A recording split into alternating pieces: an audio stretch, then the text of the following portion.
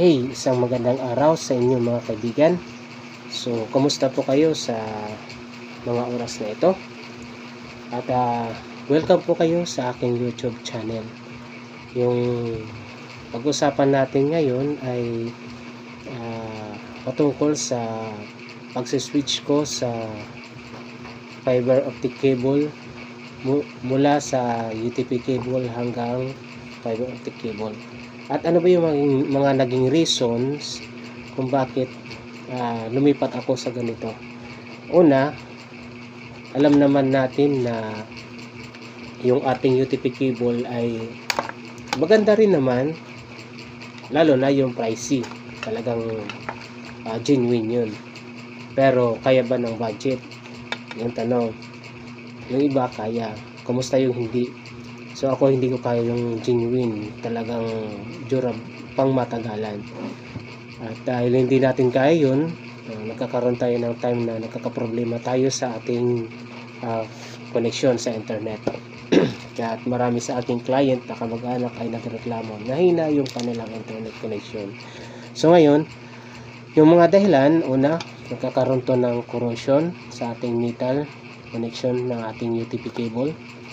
At ikalawa, dahil sa katagalan, dahil hindi naman genuine yung ating nabili, mura lang yung kaya natin, ay nagkakaroon din siya ng problem at nagiging marupok.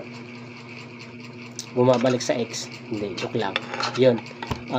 Nagiging marupok siya, kunting hangin, baka nabagsakan, tapos may nagtaga ng ng sanga ng punong kahoy, nahulugan, naputol, bili ka uli. Kung hindi naman, nagkaroon ng corrosion, may ng data, splice, palit ng RJ45. So, may istorbo ka, lalo kung sagsagan ng pagtulog. May na yung internet, ganon. Okay. So, para masolusyonan, naghanap tayo ng paraan. Dati, wala pa ako nakita sa YouTube kung paano maggamit ng fiber optic cable. Kapag may nakikita ko na nag-install ng linya ng internet, ang ginagawa ko guys, nanonood ako. Pinapanood ko kung paano sila mag-splice, ano yung tools na ginagamit nila, tapos kumpara saan yung tools, anong silbi ng fiber. Pinapanood ko sila. Minsan nagtataka nga sila kung hanggang sa matapos sila, nandun ako